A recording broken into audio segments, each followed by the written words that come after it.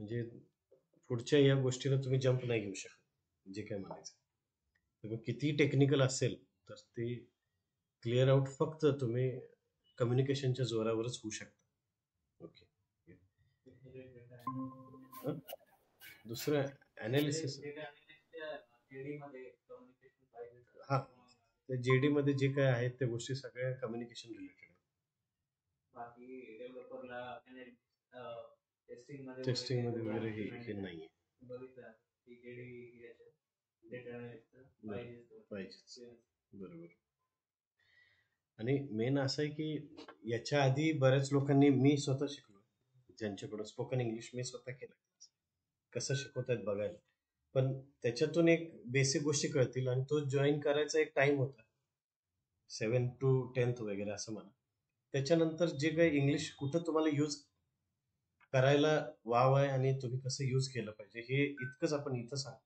बाकी एबीसीडी पासून काहीच नाही. मेनली ऍट मॅक्स लोएस्ट गोष्ट असेल बेसिक ती ए अँड द सांगितलं असेल. त्यानंतर जे जे काही टेन्सेस आहेत ते सगळे तुम्हाला इयत्ता 5वीत झाले. पण आत्ता कुठे यूज करता येतील एवढंच मी सांगितलं माझ्या बाजूने. त्यामुळे तुम्ही ऑनेस्ट ट्राय करा की आपल्याला याच्यात इन्व्हॉल्वमेंट दाखवली पाहिजे असं मला वाटतं. की तुम्हाला क्वेश्चनिंग केल्यानंतर तुम्ही आन्सर्स दिले पाहिजे. ॲटलिस्ट ट्राय करा की इंग्लिशमध्ये आन्सर्स द्यायचं. जसं आता मी आता सगळ्यांना मी एक PDF आता दिली सगळ्यांना, म्हणजे टेलिग्रामवरती पण टाकली ना आत्ता मी जी काही दिली.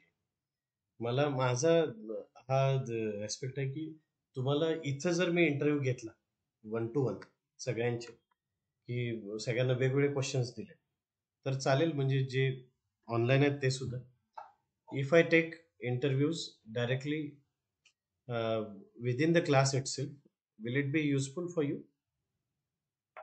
Can you form the answers and can give it?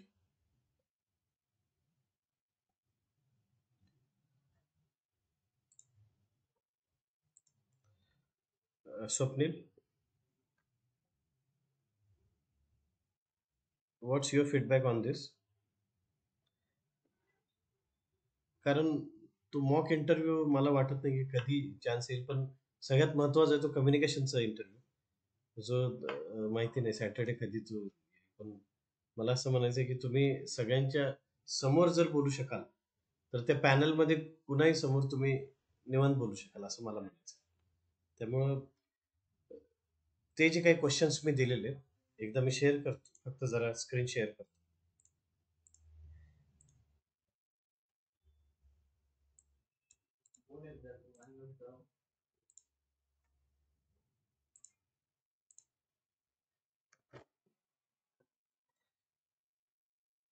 Questions tell me something about your self पासून त्याचे सॅम्पल आन्सर्स पासून ते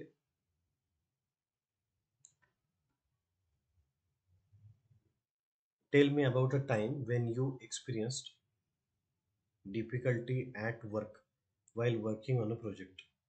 इथंपर्यंत सगळ्याचे आन्सर्स मी, जे काही सॅम्पल आन्सर मला एक्सपेक्टेड आहेत ते यामध्ये.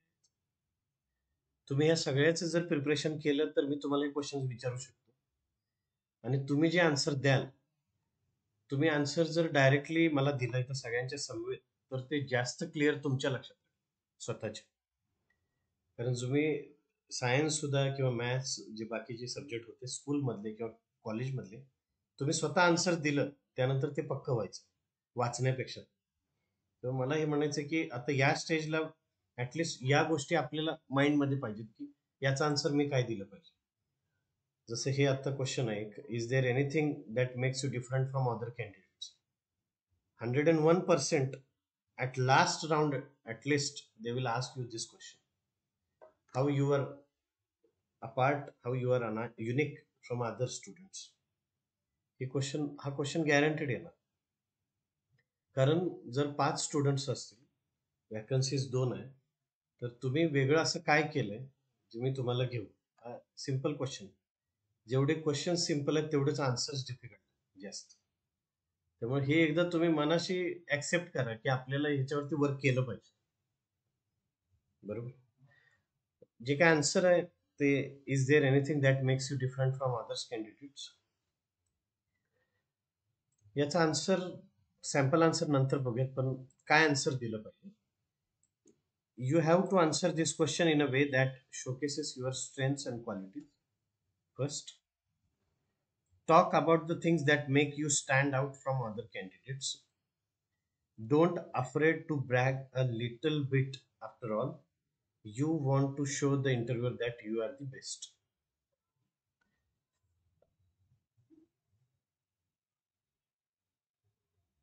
Sample answer.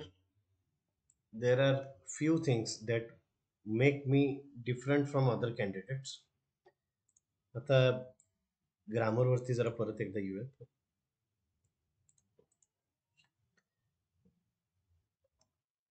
There are a few things that make me different from other candidates.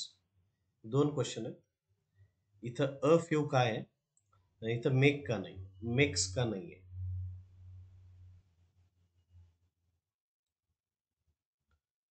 Within the lines जर बघायचं झालं तर जे काही कम्युनिकेशन इम्प्रूव्ह करायचं आहे ते हे पाठ करून नाही करायचं आहे.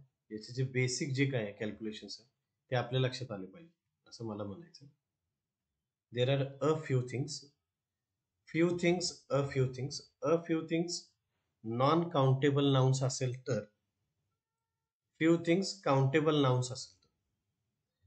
हे नॉन काउंटेबल आहे की मी किती चांगला आहे, किती डिफरंट आहे, हे नॉन काउंटेबल. हा मी एवढा आहे मेजरमेंट आहे का, नाही. त्यामुळे अ फ्यू थिंग्स आहेत, त्यामुळं मेक्स नाही, मेक आहे. ओके.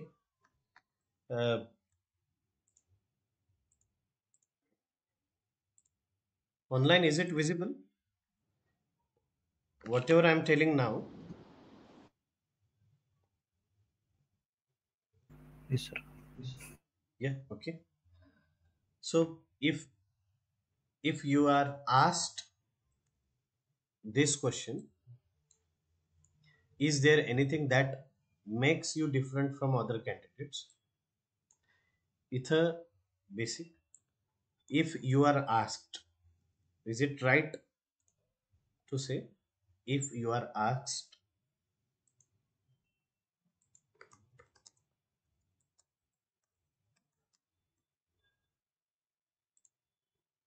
बेसिक इथून सुरुवात करूया.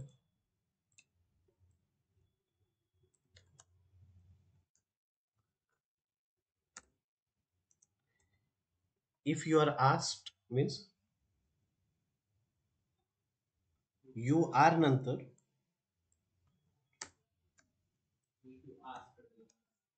if मी इफ यू आर आस्क्ड म्हटलं ते ग्रॅमॅटिकली करेक्ट आहे का?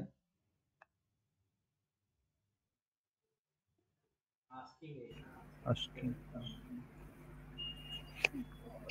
सर आहे, बहुतेक करेक्ट आहे. कोणाचा आवाज नक्की लक्षात आला? Who said it? Is it right? Sir yes, it is right. How is it so?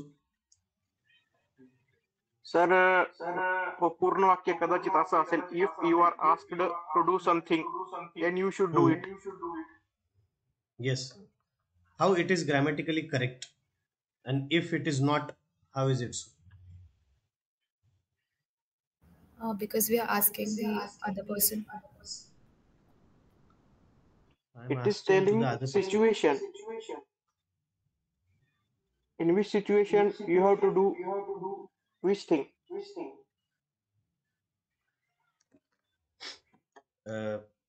जे काही मी सुरुवातीला टेन्सेस शिकवलेत त्याच्यामध्ये यू आर असेल, आर नंतर verb plus I N G आहे, बरोबर? सगळ्यांनी हेच शिकले. Am I right Aniruddha? Yes sir. पण मी इथं म्हणलं की इफ यू आर आस्क्ड, तर हे ग्रॅमॅटिकली करेक्ट आहे का? इथून सुरुवात करूया.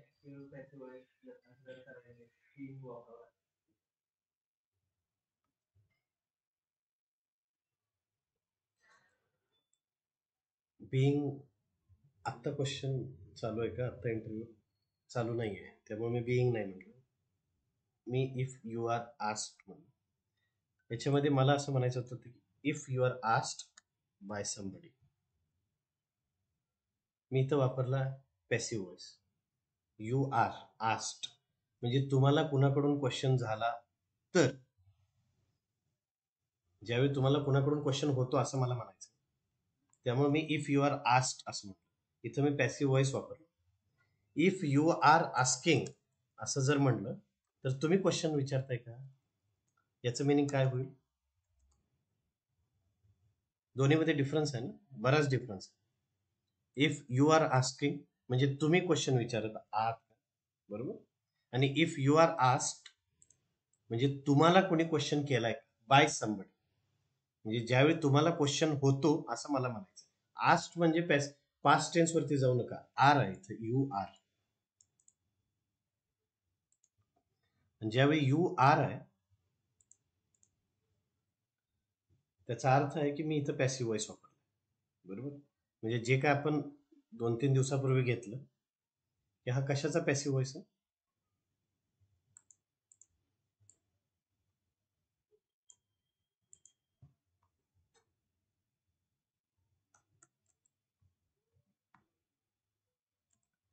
हा पॅसिव्ह व्हॉइस कशाचा आहे?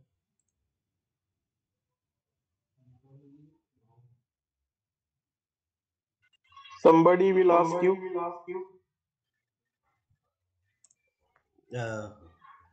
आर आहे, फ्युचर टेन्स नाही आहे, त्यामुळे विल नाही येणार.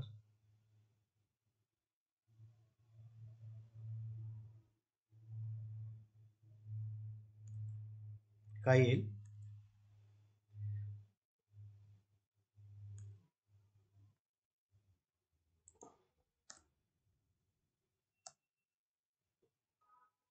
पॅसिव्ह व्हॉइसचा ऍक्टिव्ह करायचा असेल तर बाय नंतर जो काही करताय तो पहिला घ्यायला पाहिजे.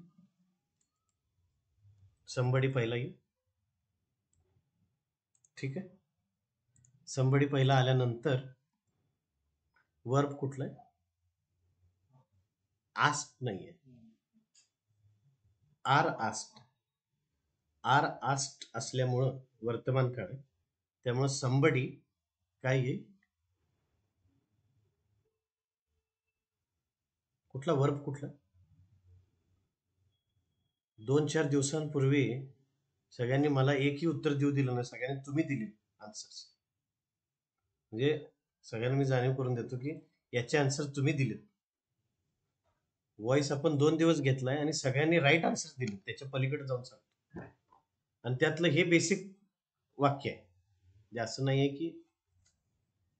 आणि माझी तरी शिकवायची ही पद्धत आहे की आपण बेसिक पासून जाऊया, जे सगळ्यात लागेल, महत्वाचं. हे वाक्य तर ऐकलं असेल, if you are asked by somebody you have to answer this. If you are asked by somebody म्हटल्यानंतर समबडी आस्क्ड यू. आता याचा पॅसिव्ह व्हॉइस करताना you are asked by somebody हेच केलंय ना आपण. समजा समबडी यू आर आस्क्ड याच्याऐवजी मी यू विल बी आस्क्ड जर म्हणलं असतं तर समबडी विल आस्क झालं असतं. पण आपल्याला इथं काय म्हणायचं, you will be asked by somebody. जे काय आता 26 ला झालं असेल, 26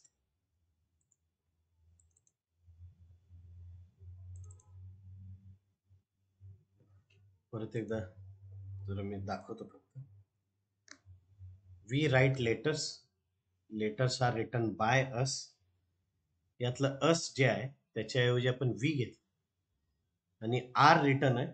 जसं यू आर आस्क्ड जे होतं बाय समबडी, सेम वे इथे इमॅजिन करा.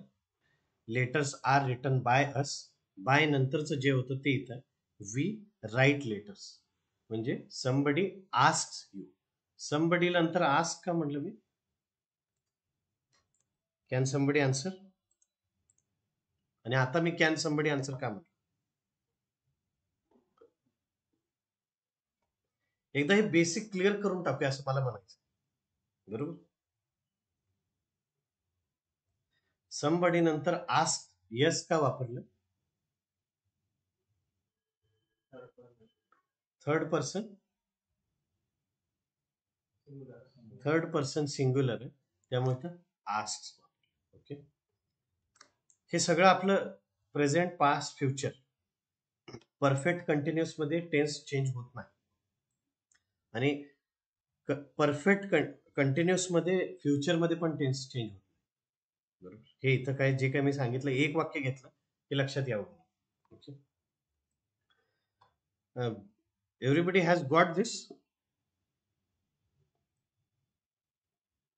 की काही वेगळं आपण काही केलेलं नाही असं मला म्हणायचं. जे काही आता यापूर्वी झालेलं आहे तेच मी सांगितलं, आणि मला असं म्हणायचं की या बेसिक गोष्टी क्लिअर पाहिजे. म्हणजे थोडक्यात, आर यू ऍग्री याला आन्सर तुम्ही काय द्याल?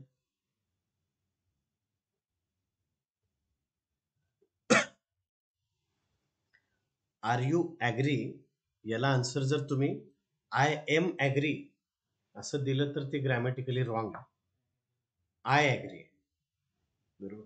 त्यामुळे इथंपर्यंतच्या बेसिक गोष्टी तुम्हाला आता इमिजिएटली समजल्या पाहिजेत असं मला म्हणायचं. बरोबर, क्लिअर आहे आता? ओके, म्हणजे मी जर आर नंतर पास्ट टेन्स वापरत असेल, पास्ट परफेक्ट, दॅट मीन्स काहीतरी गोष्ट करवली जाते. आर प्लेड, खेळवलं जाणं. Children's are played by their parents. Parents कडून त्या मुलांना खेळवलं जातं. जेणेकरून ती मुलं खेळतात का, मुलांना खेळवलं जातं. Are played, that is why it is passive voice. Active voice का गरजेचं होतं त्यात सांगितलं. ठीक आहे, आजचं हे आता जरा आलंच इन्स्टन्स, तर एकदा हे आन्सर घेऊया. देर आर फ्यू थिंग्स मी आन्सर सांगितलं. थिंग्स आहेत त्यामुळे make me different from other candidates. First, I have a lot of experience working with different teams, managing projects. Okay, I am also great at communicating with people, so I can easily build relationships with clients and co-workers. Finally, I have a strong interest in learning new things and taking on new challenges. हे answer एकदा वाचल्यानंतर तुमच्या हे तरी लक्षात आलं की answer काय द्यायला पाहिजे आणि त्यांना काय एक्सपेक्टेड आहे. हेच दिलं पाहिजे असं माझी एक्सपेक्टेशन नाही. Okay, how you stand out from others, that interviewer wants to check it. Yeah? Interviewer wants to check. Okay, clear है online सगळ्यांना? So the same question if I ask to everybody, you will have to form your own answer. Yeah, how you stand out from others. Okay, त्यामधलं जे काही question मी विचारेन त्यामध्ये हा एक question असेल guaranteed. Is there anything that makes you different from other candidates? Second, how you handle stress, pressure, हे तुम्ही प्रिपेअर करा. Why did you leave your last job? हा क्वेश्चन आपण बघूयात next time. Would you like to work overtime, odd hours? Where do you see yourself in next 5 years? Why are you interested in this job? हा तरी question येईल guaranteed. Okay, म्हणजे असे questions ज्याची चर्चा इथं झाली पाहिजे असं तुम्हाला वाटतं, तुम्ही मला रिकमेंड करा. Why are you interested in this job, question वरती आन्सर काय पाहिजे याची चर्चा झाली पाहिजे. व्हॉट आर युअर स्ट्रेंथ्स, तुम्ही सांगू शकता. Tell me about your self, याच्यामध्ये कितपत आपल्याबद्दल सांगायचं. Okay, about working, about education, work experience, skills. परवा मी जे काही लास्ट वीकला लेक्चर झालं त्याच्यामध्ये काही कंजेशन, जे काही कनेक्टर्स झाले त्यामध्ये एखाद्या वाक्याची सुरुवात करताना ॲज लॉंग ॲज मी यूज करायला शिकवलं. As long as I am working here I will be teaching communication but not Python. As long as म्हणजे जोपर्यंत मी इथं आहे तोपर्यंत मी कम्युनिकेशन शिकलो, पायथन नाही. तर ॲज लॉंग ॲजचं मिनिंग लक्षात आलं, यूज कसं करायचं हे कळालं. ॲज लॉंग ॲजच्या ऐवजी तुम्ही अंटिल पण लिहू शकता. अंटिल. ओके.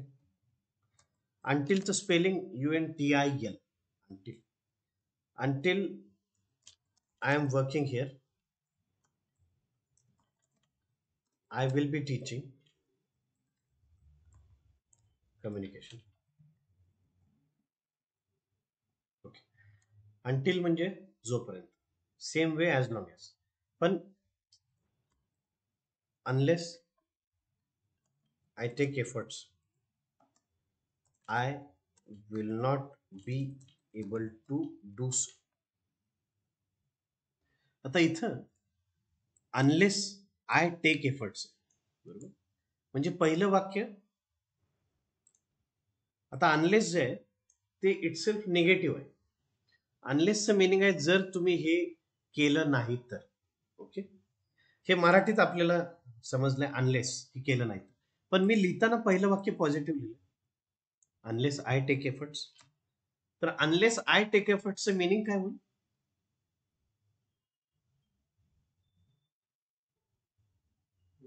जर मी प्रयत्न केले नाही तर.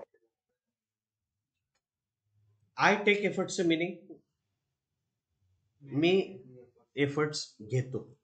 अनलेस आय टेक एफर्ट्स, जर मी एफर्ट्स नाही घेतले तर. क्लिअर आहे आता? त्यामुळं एखादी निगेटिव्ह गोष्ट पण पॉझिटिव्हली तुम्हाला बोलायची असेल एखाद्या मीटिंग मध्ये, तर तुम्ही ह्या गोष्टी यूज करू शकता की unless we work hard we will not be able to achieve our goal, असं तुम्ही म्हणू शकता. दरवेळी ॲग्रेशन मध्ये येऊन निगेटिव्ह बोलण्यापेक्षा you can't do this, we cannot do this असं म्हणण्यापेक्षा चांगला वर्ड दिला आपल्याला. Unless I work hard I will not be reaching to my goal. Same way unless I take efforts I will not be able to do so. So अनलेसचा use करून एखादं वाक्य आठवते कुठलं? Okay. We will not reach to our destination. Next, any example?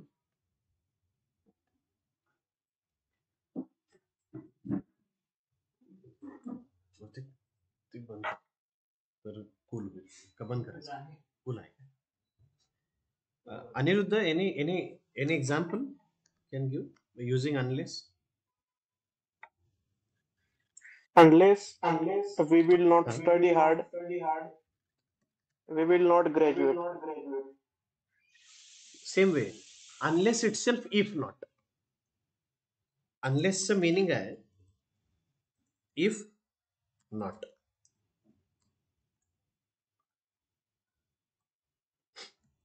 Aniruddha थोडं correct करशील वाक्य? वाक्य बरोबर आहे. Please repeat once.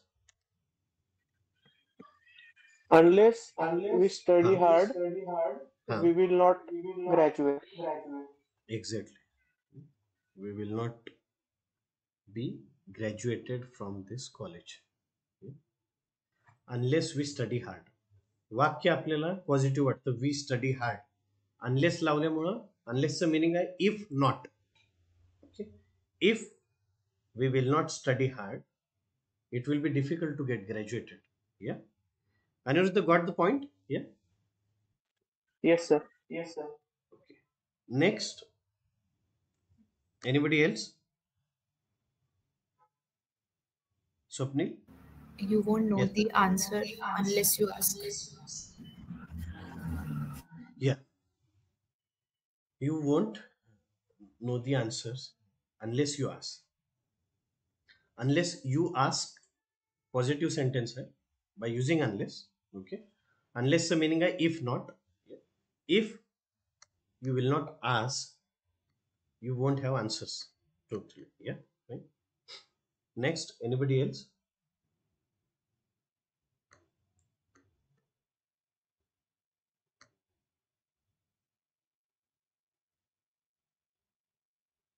Swapnil?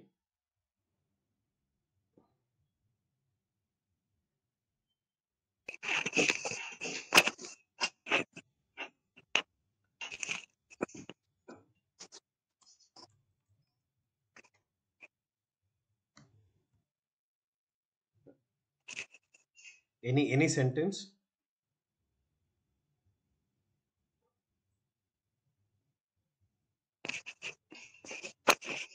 Unless we will not practice in communication, we will not crack the interview.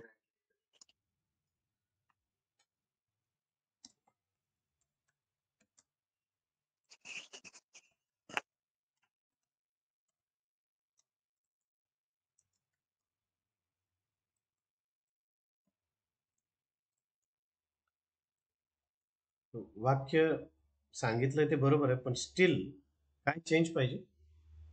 Unless we will practice, पहिलं वाक्य positive पाहिजे.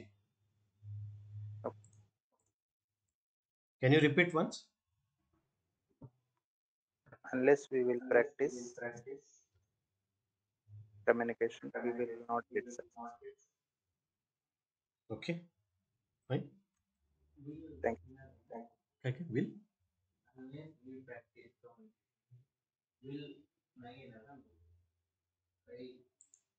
If we will not practice communication,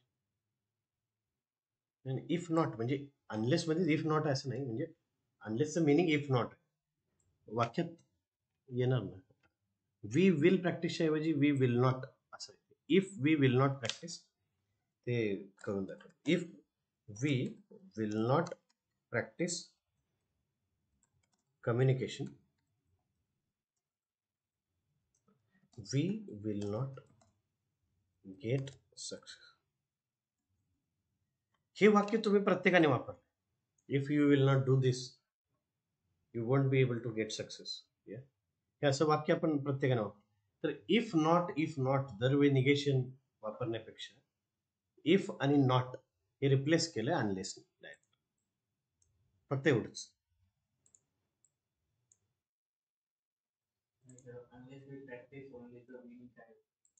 unless we, हा मी म्हणजे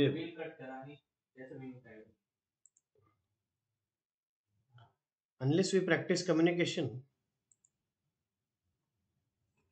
we may not get success असं म्हणू शकतो. म्हणजे पहिलं वाक्य जर प्रेझेंट टेन्स आहे ना, we practice communication, we don't get success म्हणू शकता. We may not get success. May not perfect वाक्य. मे म्हणजे आपल्याला मिळणार नाही फ्युचरमध्ये. हेच आहे ना की पहिल्या वाक्यावरून काहीतरी इफेक्ट आहे जो फ्युचरमध्ये जाणार, त्यामुळे वी मे असं यूज केलं.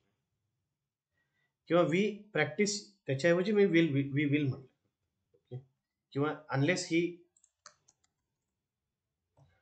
He sends an email, he may not get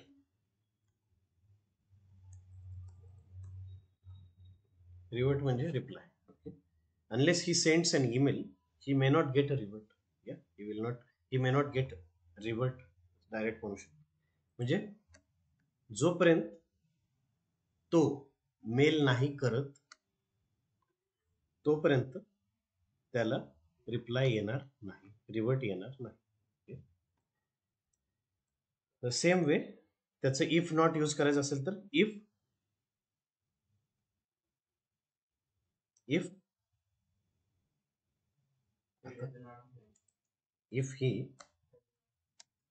he doesn't send an email, he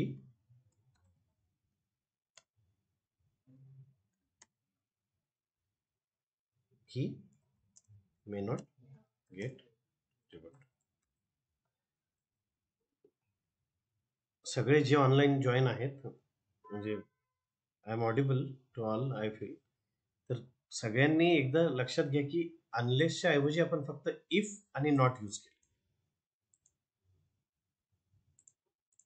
if Sir, he may not get a revert नाही असू शकेल.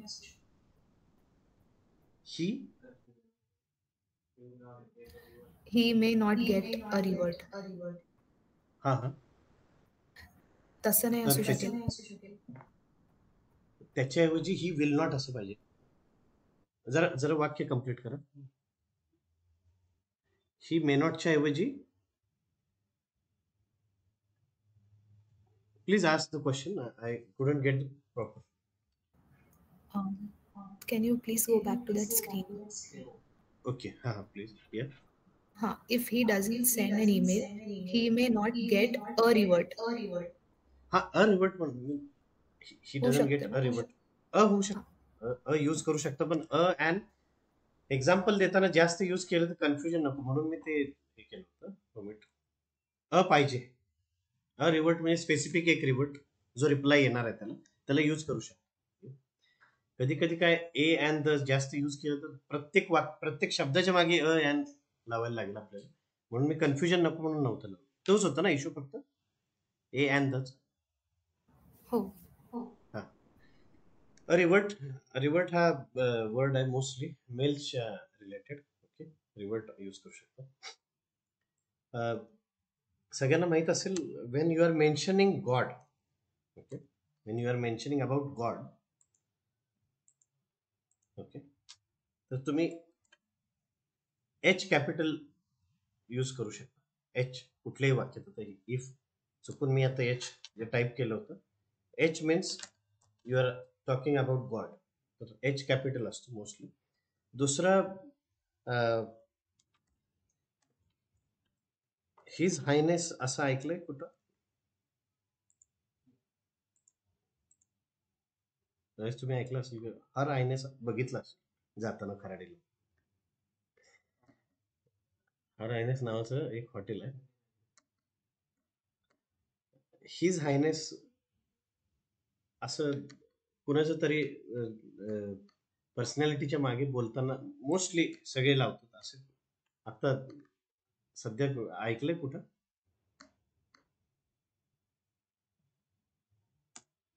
सगळ्यांना दलाई लामा माहिती आहेत ना? का माहिती नाहीत कुणाला? असं काही मला नाही वाटत माहिती नसेल. The Dalai Lama, his highness mostly त्यांच्या मागे लावलं जातं. तर पूर्वीचे जे काही राजे महाराजे किंवा काही पर्सनॅलिटी अशी असेल, रिस्पेक्टेबल पर्सनॅलिटी, तर मोस्टली हिज होलीनेस किंवा हिज हायनेस असं मोस्टली त्यांच्या नाऊन त्यांचं जे काही मेन्शनिंग करताना त्याच्या मागे हिज होलीनेस असं लावलं जातं. होली मीन्स माहित असेल पवित्र, असं त्याचं मिनिंग आहे होलीच. जसं आता होली मंथ हॅड स्टार्टेड तसं. ओके, हा मोठेपणा दिलं जातं. जसं आपण महाराजांचा उल्लेख करताना आधी बरेच क्षत्रिय कुलावतच जसं लावतो थोडक्यात त्या पद्धती. सेम वे अनलेस जसं आहे तसं आता त्या दिवशी मी आणखी कुठलं वाक्य यूज केलं होतं, unless meaning if not clear आहे आता सगळ्यांना.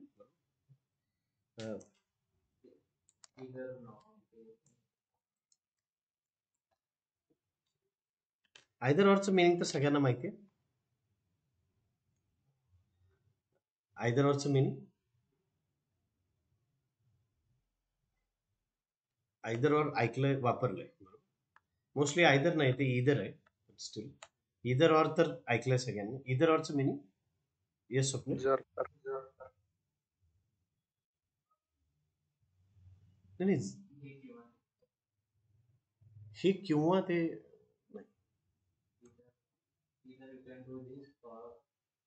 हे किंवा हा.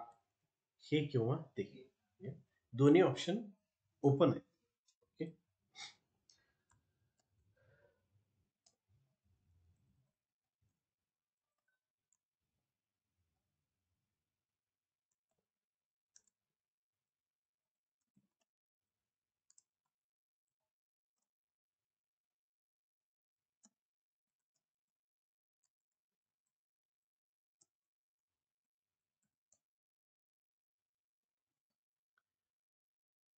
सध्या मे बी ट्रेंडिंग वाक्य असेल हे. I may either go for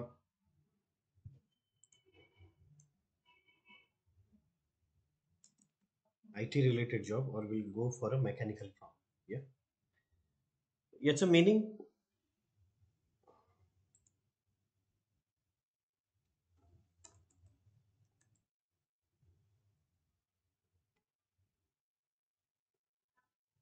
will go for म्हणजे विल गो फॉर मीन्स तिकडे अप्रोच करेल असं मला म्हणायचं. याचं मिनिंग काय आहे? मिनिंग सगळ्यांना कळालं? क्लिअर? काय meaning?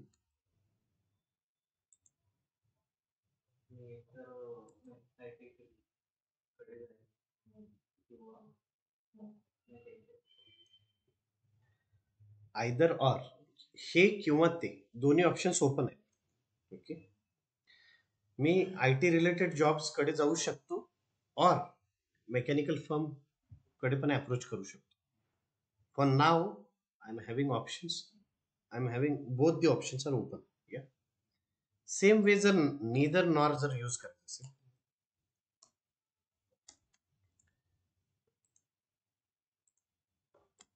I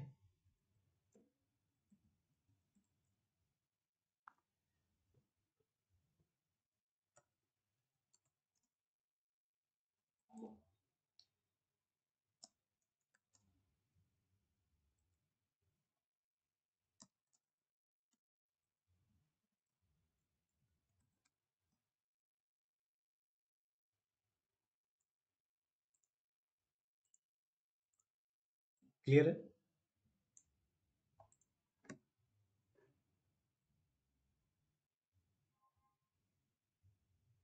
I will neither watch baseball nor golf.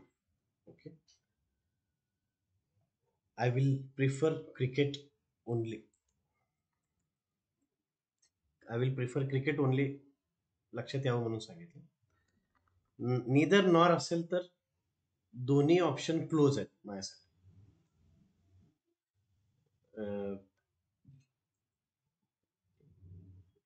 किस्सा सांगायला हरकत नाही तो, पण पूर्वी 2015ला सगळे कॉलेजेस जेवढे इंजिनिअरिंगचे होते त्या सगळ्यांना एक फर्म चूज करायला स्ट्रीम चूज करायला सांगायचे. समजा मला मेकॅनिकल किंवा इलेक्ट्रिकल घ्यायचं, तर सगळ्या कॉलेजना अप्लाय करणारी मुलं COAP कॉलेजला येत होते, महाराष्ट्र ऑटोनॉमस कॉलेज. त्या जी काही रांग असायची त्या क्यू मध्ये उभारल्यानंतर मे बी तुमचा नंबर रात्री 3ला येईल, 4ला येईल, असं काही नाही. समोर गेल्यानंतर डायरेक्ट स्क्रीनवरती 2 ऑप्शन असायचे, इथे एवढे सीट्स अवेलेबल आहेत, तिकडे सीट्स एवढे अवेलेबल.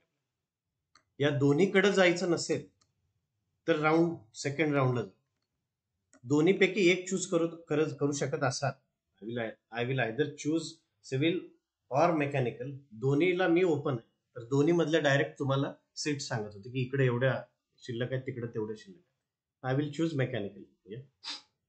आणि समजा I will neither choose IT nor computer, दोन्हीपैकी कुठलीही चूज नसेल करायची, तिथंच वॅकन्सीज असतील आणि मला जिकडे जायचंय तिथं नाहीये, तर तुम्हाला you should opt for second round. तर ह्या सगळ्या गोष्टी त्यावेळी झालेल्या आहेत की पूर्वी. आत्ता जे काय आहे ते जरा ऑनलाईन झालं, पण पूर्वी ज्यावेळी मी किंवा कपिल सर दोघे 2015चे पास होते, तर मला आठवतं की त्या कॉलेजला जाऊन त्यांना ते मिळालं, पण प्रत्येक जो पासआउट झालेला आहे स्टुडंट त्याला तिथं जायला लागायचं.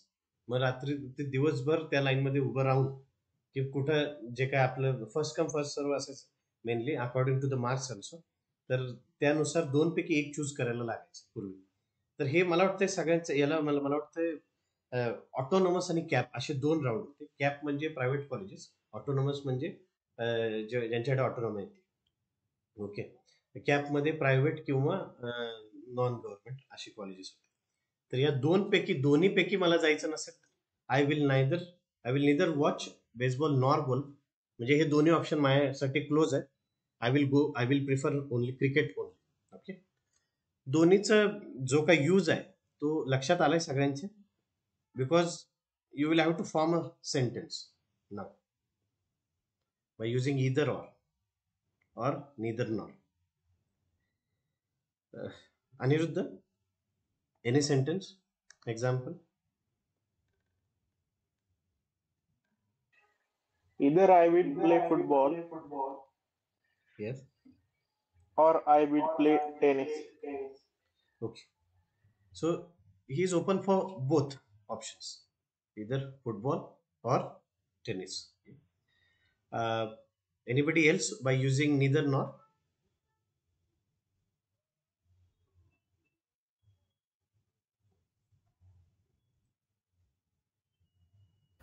Neither tea nor coffee is available. Yeah. Neither tea nor coffee is available. दोन्हीपैकी काही अवेलेबल नाही. Okay. Neither coffee nor tea. Good. Rajesh कुठलंही वाक्य एखादं neither nor यूज करू.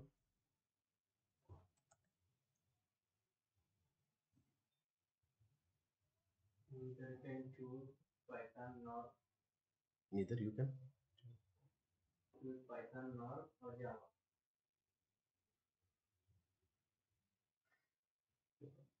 First object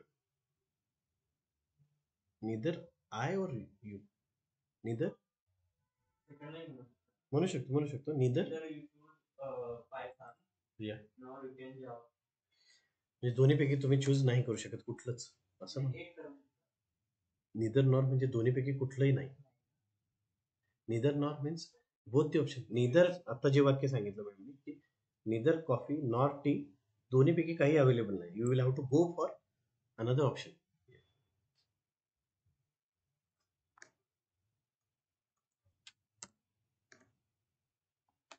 फॉर्म करा एखादं sentence. Anybody else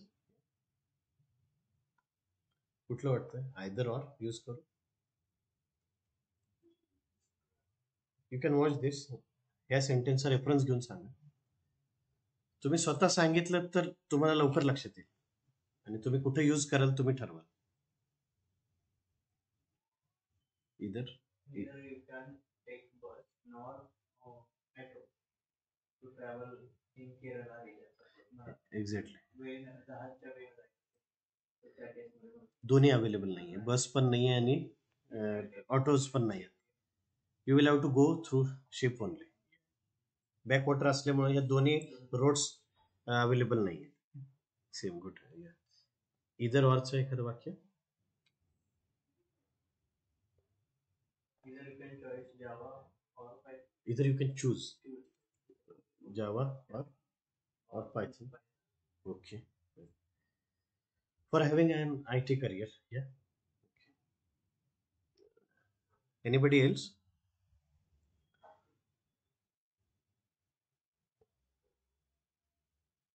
Swapnil, Shravani, Prajakta. Either I will go to the beach or the park. Either I will go to. I will go to the beach or the park. Or the park. Okay. Either I will go for beach or park. Okay. Both the options are open. Same way you can use this. I will neither play cricket nor chess. I will prefer badminton only. Okay. Good. Anybody else?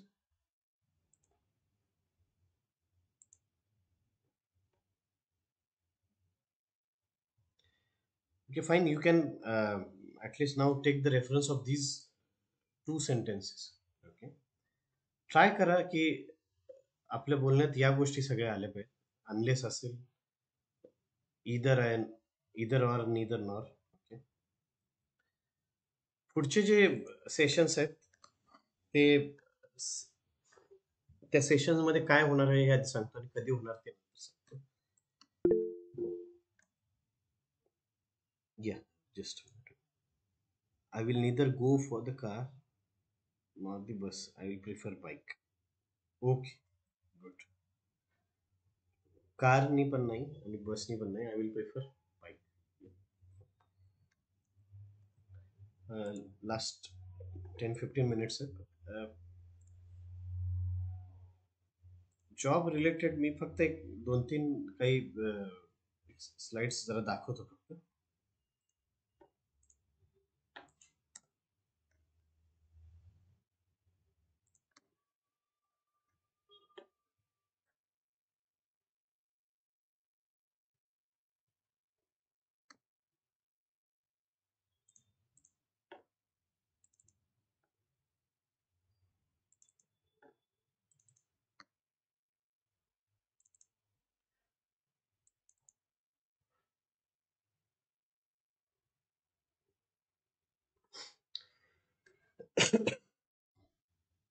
You are applying for a position of data analyst. त्या सेशनमध्ये मला ज्या गोष्टी सांगायच्या त्या इतक्याच की तुम्ही ज्या पोझिशनला अप्लाय करताय ती फक्त डेटा अनालिस्ट पोझिशन आहे. बाकीचे तुम्हाला टेक्निकल टर्म जे असते माहिती MIS एक्झिक्युटिव्ह वगैरे पोस्ट आहेत पण ते असोसिएट डेटा अनालिस्ट आहे, ज्युनियर डेटा अनालिस्ट आहे. When you are starting your career immediately data analyst ही पोस्ट अवेलेबल नसेल. एक्झिस्टिंगली डेटा अनालिस्ट अवेलेबल असतील एखाद्या ऑर्गनायझेशनमध्ये, त्यांना तुम्हाला असिस्ट करायचं. ओके, आता हायरार्की जी जर सांगितली आय टीमध्ये, मला आता जे काही माझं आणि सरांचं बोलणं होतं त्यामध्ये हे लक्षात आलं की टीम लीड मोठी पोझिशन आहे आय टीमध्ये. टीम लीड मेकॅनिकल कंपनीजमध्ये टीम लीड तितकी मोठी पोझिशन नाही. मला जे म्हणायचं ते लक्षात येईल. टीम लीड आय टीमध्ये हायरार्कीज जे आहे ती पोझिशन मोठी. आता माझी जी पोझिशन होती जी मेकॅनिकल कंपनीत, ती जे आता मोस्टली असे स्पेल करतात. ओके, ही जी पोझिशन आहे ती ऑल इंडिया सेल्स हेड मी होतो. Starting position was deputy manager sales head. ते आपल्याला वाटतं की मॅनेजरचं मी कोणतरी डेप्युटी त्याला, मॅनेजर वॉजंट देअर. ती ऑलरेडी सगळ्यात म्हणजे मोठी जर पोझिशन असेल तर ती GM आहे, जनरल मॅनेजर. त्याच्यावरती पण बाकीच्या गोष्टी आहेत, बऱ्याचशा आहेत. आणि माझ्या कंपनीमध्ये highest position was vice president sales. तर हायरार्की जो कोणी मेन माणूस आहे त्याच्यापासून कॅल्क्युलेट करून तुम्हाला तशा पोझिशन दिल्या जातात. ओके, आता समजा एखादी पब्लिक लिमिटेड कंपनीज आहे, त्यांची जी मेन आहे ती CEO पोझिशन असेल, तर त्यामध्ये CEO ही पोझिशन हायेस्ट आहे. सीईओला रिपोर्टिंग करणारे बाकीचे जे लोक आहेत ते मोस्टली व्हाईस प्रेसिडेंट्स वगैरे आहेत. ओके, किंवा माझ्या कंपनीत CEO नव्हतं कारण ती पब्लिक लिस्टेड नव्हती. तिथं डायरेक्टर पोझिशन. डायरेक्टरला I was reporting to the director. I was deputy manager sales ही पोझिशन होती. त्यानंतर may be sales head position असेल. ओके, तर तुम्ही ज्या पोझिशनला अप्लाय करताय त्या पोझिशनला अप्लाय करताना तुम्हाला रेझ्यूम तुम्ही जो काही द्याल त्याच्यामध्ये रेझ्युमे हेडलाईन तुमची काय पाहिजे. रेझ्युमेची हेडलाईन सुरुवात, ती रेझ्युमेची हेडलाईन सगळ्यात जास्त मॅटर करते.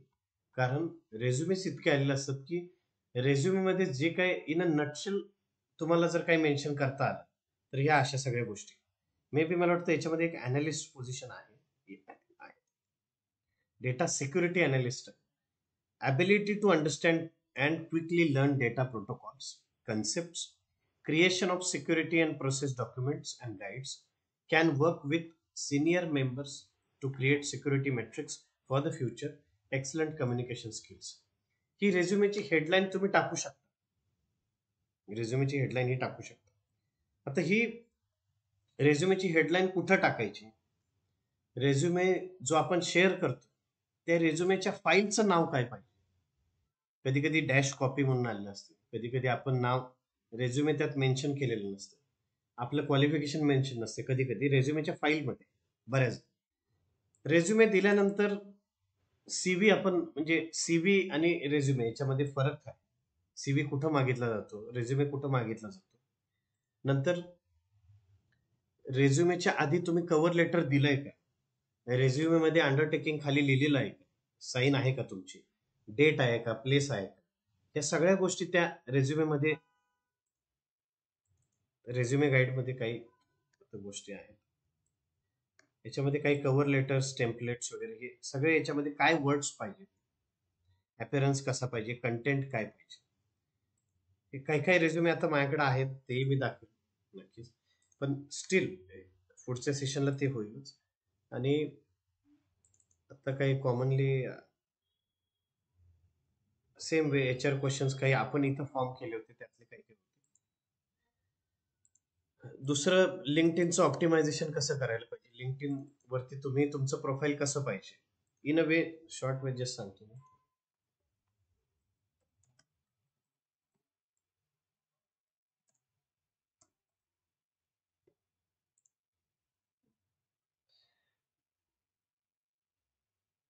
हे जर माझं प्रोफाईल असेल तर त्या प्रोफाईलमध्ये काय काय गोष्टी टाकलेल्या आहेत ऍक्च्युली.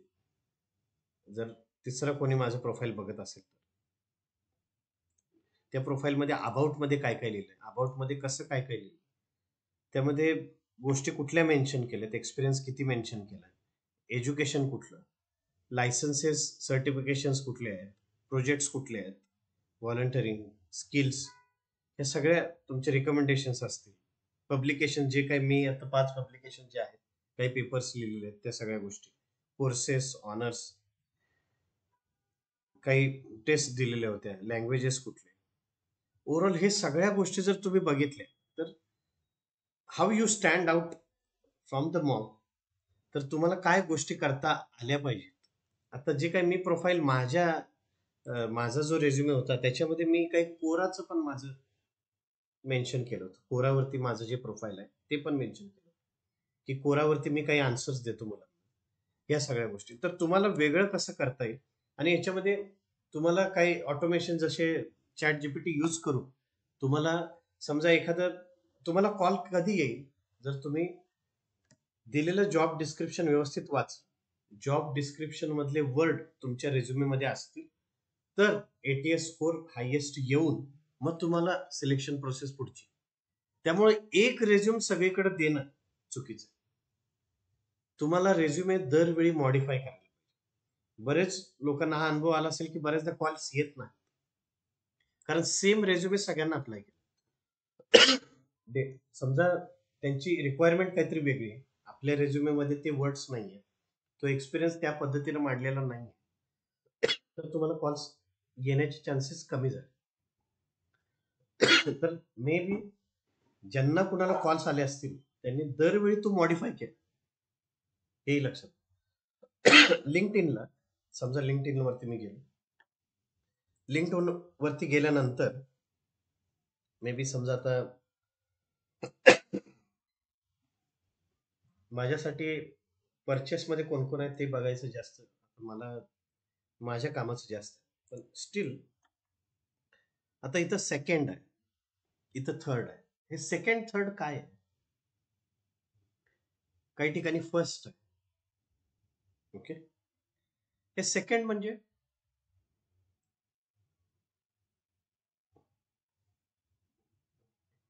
जस्ट क्वेश्चन की सगळ्यांनी ऑब्झर्व केलं असेल बरोबर.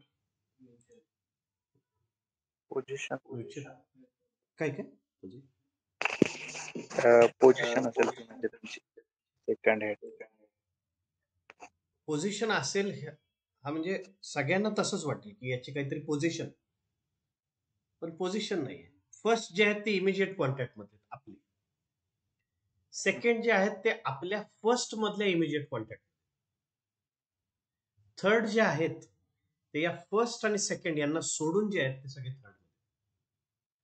त्यामुळे तुमच्या कामाचे जे असतील मोस्टली सेकंड वाले तुमच्या कामाचे जास्त असू शकते. आता समजा मी डेटा अनालिस्ट आहे, डेटा अनालिस्ट टाकल्यानंतर आपण डायरेक्ट दरवेळी जॉब्स बघणार आहोत का, काही काही वेळा आपण पोस्ट बघूयात. पोस्ट बघितल्यानंतर तुम्हाला इथं डायरेक्ट पोस्ट मध्ये we are hiring data analyst, अशा काही पोस्ट ज्यामध्ये डेटा अनालिस्ट हा वर्ड आहे, हा वर्ड आहे म्हणजे डेटा अनालिस्ट हा वर्ड असून कुठली पोस्ट असेल मोस्टली त्यांना हायरिंग करायचं असेल. तर जेवढे काही एचआरस माझ्या एमबीएच्या कॉलेजमधनं पासआउट झाले, पहिली गोष्ट मी केली की तुम्ही एचआर आहात तर तुम्ही काय करता की मुलांना घेता, ही पहिला चर्चा केली मी. तर त्यांच्याकडे 2-3 टूल्स आहेत. एक आहे नोकरीवरती, मॉन्स्टर वगैरे बाकीचे असतील. सेकंड टूल आहे पॉवरफुल लिंक्डइन. लिंक्डइन वरती इमिजिएट जॉब ओपनिंग्स टाकून त्यांना इमिजिएट रेझ्युमे येतात. म्हणजे जशी आपल्याला त्यांची गरज आहे तितकीच त्यांनाही आपली गरज. To get a right fit, right माणूस तिथं मिळणं हे त्यांनाही मुश्किलीचा आत्ता आहे सध्या, आणि आपल्याला राईट वॅकन्सी मिळणं तितकं मुश्किल जाते बऱ्याच, कारण एकमेकांना नोटिफिकेशन जातच नाही की याने अप्लाय केलं तो राईट आहे आपल्या पोझिशनसाठी. म्हणजे हे सगळ्यांसाठीच नाही पण हा सगळ्यांना इश्यू आहे. म्हणजे सर माझ्या कंपनीत मी हायरिंग करत असेल तर मलाही तो राईट व्यक्ती मिळताना बऱ्याचदा इश्यू झाला. त्यामुळे रेझ्युमे मी बऱ्याच ठिकाणी काही कन्सल्टन्सीज पण जे आहेत त्याही काही हायरिंग कन्सल्टन्सीज असतील त्यांनाही सांगितले बऱ्याचदा. तर हे सगळ्या गोष्टी दुसरं कनेक्शन्स आता जस्ट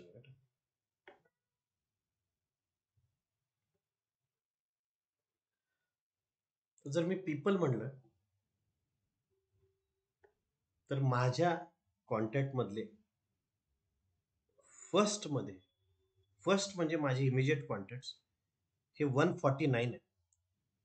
म्हणजे माझ्या कॉन्टॅक्ट मध्ये असलेले डेटा अनालिस्ट फर्स्ट जाऊ दे. आता सेकंड मधले म्हणजे माझ्या कॉन्टॅक्ट मध्ये असणाऱ्या लोकांमधले इमिजिएट कॉन्टॅक्ट एवढे आहेत, त्या सगळ्या लोकांना अप्रोच करणं आता शक्य नाही आहे. पण इतकी लोक आहेत 76,000. प्रत्येकाला कोण ना कोण म्युच्युअल हा एवढा पूल आहे. हे तुम्हाला म्हणजे 76,000 people are there data as a data analyst आणि थर्ड मधले रिझल्ट एवढे आहेत. ह्या सगळ्यांना तुम्हाला कसं अप्रोच करायचंय आणि कुठल्या लोकेशन मध्ये कुठले लोक काम करतात इमिजिएट तुम्हाला लक्षात. आणि प्रत्येकाचा कॉन्टॅक्ट कसा काढायचा हे टूल मी त्या दिवशी सांगेन नक्की. पण लोकेशन्स कुठले आहेत इमिजिएट तुम्ही पुण्यातले किती आहेत, त्यामध्ये करंट कंपनीज मधले इमिजिएट कंपनीज तुम्ही बघू शकता की एवढ्या कंपनीज आहेत. करंट कंपनी कोणाची कुठली आहे.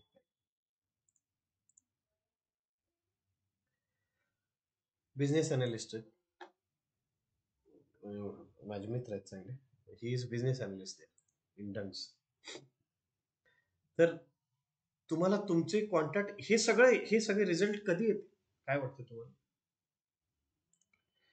हे एवढे 5,76,000 रिझल्ट कधी येते? 76,000 कनेक्शन्स बिल्ड झाल्यानंतर. Network is your real net worth.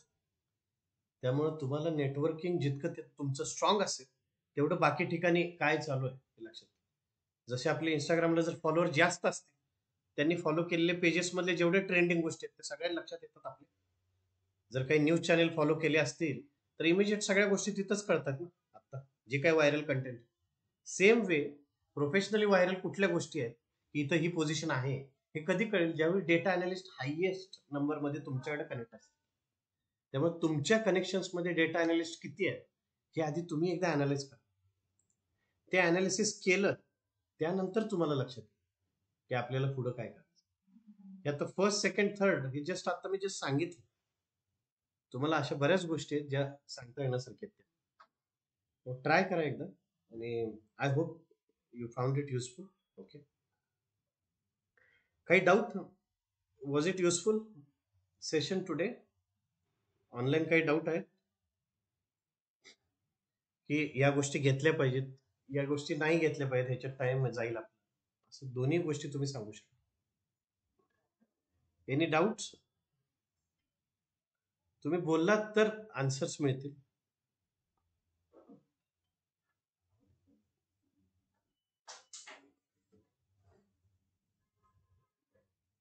Aniruddha clear आहे? Yes sir. लिंक्डइनच्या जे काही गोष्टी आहेत त्या आणखी डीप मध्ये जाणून घेतल्या पाहिजे, बरोबर वाटतंय असं? स्वप्नील हा Yes, sir. प्लीज. काल एक वाक्य वाचलं मी की जानना है तो मानना बंद कर. काही गोष्टी आपण ऑलरेडी मान्य केलेल्या आहेत, काही जाणून घ्यायचं असेल तर मानणं पहिलं बंद करून. एवढा कॉन्ट्रास्ट आहे दोन्ही मध्ये. त्यामुळे मानणं पहिलं बंद करा की फर्स्ट सेकंड थर्ड हे मी मानत आलो आजपर्यंत गेली 10 वर्ष की फर्स्ट सेकंड थर्ड ही पोझिशनच आहे आणि प्रत्येकाला तेच वाटेल कारण इट्स ऑल अबाउट पोझिशन्स आहे. त्यावेळी लक्षात आलं की आता हे आपले लोक आणि हे मी जॉब सर्च करणं बंद केल्यानंतर माझ्या लक्षात मेकॅनिकल मध्ये तितकं लिंक्डइन वरनं होणं फार सोपं नाही आहे तितकं जितके आयटी मध्ये एकमेकांना रेफरन्स लोक देतात. कारण प्रत्येकाला गरज आहे ना रेफरन्सची. मेकॅनिकल मध्ये प्रकार वेगळाच आहे, म्हणजे गेटवर जाऊन कॉन्टॅक्ट काढण्यापासून तर कशा तरी गोष्टी नाहीत करायच्या. तेव्हा जितक्या गोष्टी तुम्ही जितक्या कंपनीजला अप्लाय करा तितके कॉल जास्ती येतील. जे काय आता लाईव्ह उदाहरणं मी बघतोय राईट फ्रॉम एनीबडी. त्यामुळे तुमचा रेझ्युमे कसा असला पाहिजे, माझाही रेझ्युमे तुम्हाला दाखवून इतका उपयोगी येईल आय डाऊट, पण मेकॅनिकल आहे त्यामध्ये. पण तुम्ही काय असलं पाहिजे हे तरी ऍटलीस्ट बघा. तुमच्या गोष्टी ज्या आहेत, आता 3rd इयरचा प्रोजेक्ट आहे, 4th इयरचा प्रोजेक्ट अशा पद्धतीने मांडायचे की त्यामध्ये अनालिसिस स्किल तुमचे दिसले पाहिजे आणि प्रत्येक गोष्टीमध्ये अनालिसिस स्किल तुम्ही दाखवू शकता ते मेन्शन करू. If you can't make it, fake it. बरोबर. आणि त्यामुळं जसं आमच्या सेल्सच्या भाषेत, if you can convince him, at least confuse him. कुठल्याही क्लायंटला जर मी कन्व्हिन्स नाही करू शकलो, ऍटलिस्ट मी कन्फ्यूज तरी करून या, हे माझ्या दृष्टीनं.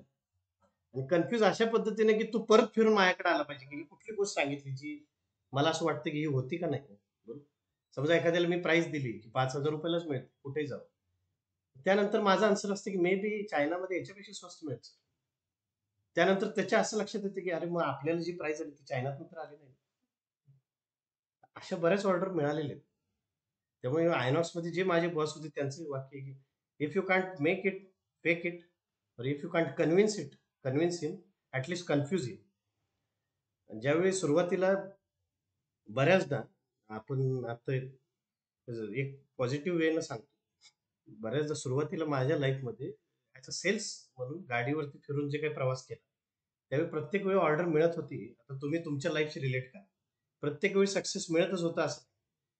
पण सरांनी मला एक गोष्ट सांगितली की तू समजा खेडच्या साईडला गेला, खेड शिवापूर सगळ्यांना माहिती, तिकडे मला गेल्यानंतर मला कुठली ऑर्डर नाही मिळत. त्यानंतर सर म्हणले की मी पुढे तुझ्या जागी जो मुलगा येईल तुझ्यानंतर त्याला मी सांगेन की खेडला जाऊ नको, हे माझ्यासाठी पॉझिटिव्ह, कारण तू तिकडे ऑलरेडी जाऊन आला. त्यामुळे कुठल्या ठिकाणी कुठली गोष्ट नाही आहे हेही माहिती पाहिजे, कुठली गोष्ट वाजत नाहीये तेही माहिती पाहिजे. त्यामुळे तुम्हाला वेज तुम्हाला फाइंड आउट करायचे की या वेने गेल्यानंतर काही होत नाही. आणि हे कधी कळेल, ज्यावेळी तुम्ही त्या वेनं जा. त्यामुळे सगळ्या गोष्टी ट्राय करा. What I feel. Okay. So I hope you found it bit useful. Next session या रिलेटेडच असतील. आणि मी आज HR इंटरव्ह्यूचे जे काय प्रिंट्स दिले, ट्राय करा की most of the time offline attend करायचं. एखाद दिवस तरी अटेंड करा. Okay. At least analyse the difference. Any doubt online जे आहेत ते, और एनी सर ती फीडबॅक. HR इंटरव्ह्यूची PDF परत शेअर करता का? HR इंटरव्ह्यूची PDF आता याला शेअर केली नाही का कम्युनिकेशनच्या ग्रुपला? सर बहुतेक अनिरुद्ध, नाही बॅच आलेली. कोणती? नाही बॅच कोणती? 23 आजच फर्स्ट क्लास होता माझा कम्युनिकेशनचा. आज फर्स्ट सेशन आहे का? येस. ओके. मग फर्स्ट सेशन आहे म्हणल्यावर कम्युनिकेशनच्या ग्रुपला मे बी ऍड नाहीये. कम्युनिकेशनच्या ग्रुपला ऍड झालोय सर मी आज त्या लिंक वरनं, पण त्यावरती PDF आलेली नाही आज. PDF नाही. बरोबर. आता काय झालंय, व्हॉट्सअपचं एक ड्रॉबॅक ते म्हणजे की वरचं नाही दिसत, जे टेलिग्रामला दिसत, म्हणून इथं टेलिग्राम ओपन. तर टेलिग्रामला मे बी जर सेशन कुणाला जर हा जो QR कोड जर तुम्ही स्कॅन केला, ओके, तर हे सेशन उद्या मी याचा स्क्रीनशॉट तुम्हाला शेअर करतो. हा ग्रुप जर तुम्ही डायरेक्ट जॉईन केला तर याच्यामध्ये जुने सगळे PDFs मिळतील. हे इतके PDFs टाकलेले आहेत, फाईल्स 35. Okay sir. ओके. याच्यामध्ये ह्या सगळ्या गोष्टी आपण शेअर केल्या. याच्यामध्ये वोकॅब्युलरी रिलेटेड सेशन्स आहेत. ओके. सगळ्या याच्यामध्ये तो इंटरव्ह्यूला कुठला मेल पाहिजे ते सांगितलेलं आहे. तर हे सगळं आपण करूयात. Okay. One by one. Aniruddha, आजचं फर्स्ट सेशन होतं का कम्युनिकेशन? हो सर, फर्स्ट सेशन होता आज. मग फर्स्ट सेशन किती जणांचं होतं आजचं? कारण सेशन स्टार्ट होऊन 1-2 वीक झालेत ऑलमोस्ट, म्हणून म्हटलं. सर माझा पण. पण DA 23 ला आपण मेसेज आधी टाकला का ग्रुपच क्रिएट आता झाला? 3-4 दिवस झाले का? आता मला कसं, मला ज्या ग्रुपला ऍड करतात त्यात मी डेली टाकतो. ही फर्स्ट टाइम लिंक आली तुम्हाला? म्हणजे हो. म्हणजे आजची जी Yes. लिंक होती ती त्या लिंकचा फर्स्ट डे आहे आज. ओके, त्यामुळे मग मे बी हे झालं असेल इश्यू. ठीक आहे, मी काय करतो, सरांशी बोलतो, ऍटलिस्ट हाफ एन आवर जे जुनं आहे ते क्लिअर करता येईल का. आपलं या सेशनला, या बॅचला न्यूली सगळे टेन्सेस इन डिटेल झालेले आहेत, व्हॉइस झालेले आहेत, म्हणजे ऑलमोस्ट 7 ते 8 लेक्चर झालेले आहेत. ओके, तर हे आपल्याला कसे कव्हर करता येतील परत एकदा बघतो. ओके, तर आपलं सेशन 7 ला चालेल सगळ्यांना. Prerna, you want to say something? Raise your hand.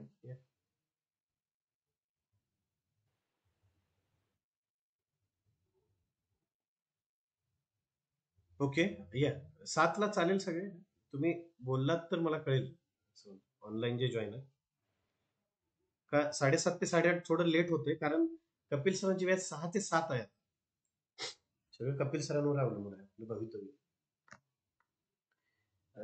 7 ते 8. ओके, त्यांना कनेक्टेड असेल तर जास्त चांगलं असं मला वाटतं. ओके, तर ते अटेंड करूयात. ओके, ऑफलाईन जे आहेत ते नावं देऊन जावं. ऑनलाईन जे आज फर्स्ट जॉईन झाले त्यांना जर दोघांची नावं ग्रुपवरती टाका. तर म्हणजे ऑनलाईन मला वाटतं स्वप्नील जॉईन या आधी झालंय सेशन. हो सर, मी फर्स्ट लेक्चर पासून आहे. फर्स्ट लेक्चर पासून. हो. प्रेरणा सर फर्स्ट लेक्चर आहे आज. First lecture. Pooja first lecture पासून. ओके, म्हणजे फर्स्ट लेक्चर किती जणांचं आहे यामध्ये? Can you raise your hands? 4. फक्त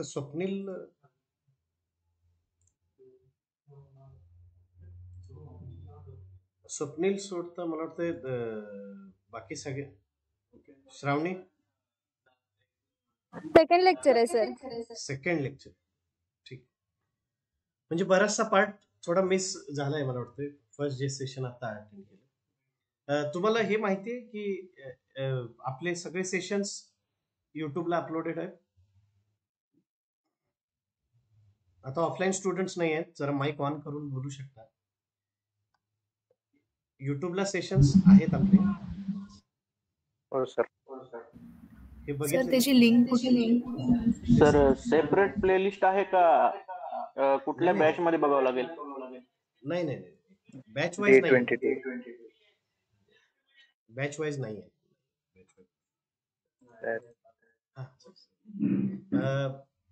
NMD प्रायव्हेट लिमिटेड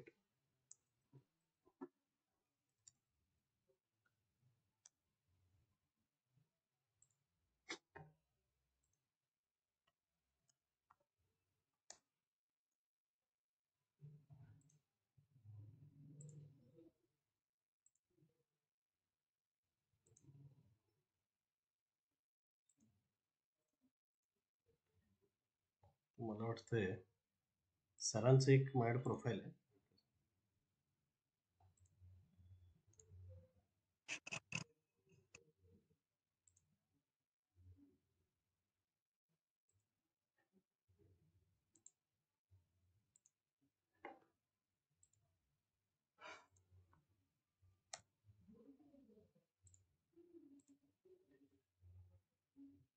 या प्रोफाईल वरून आम्ही अपलोड करतो सगळे लेक्चर्स. तर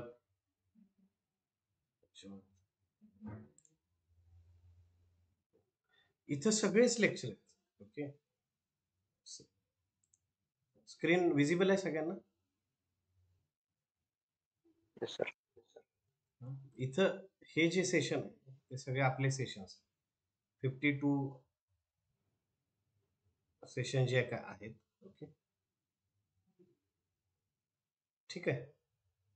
तर याच्यामध्ये जेवढे हे जे सेशन्स दिसतात ते सगळे अपलोडेड आहेत त्या डेला.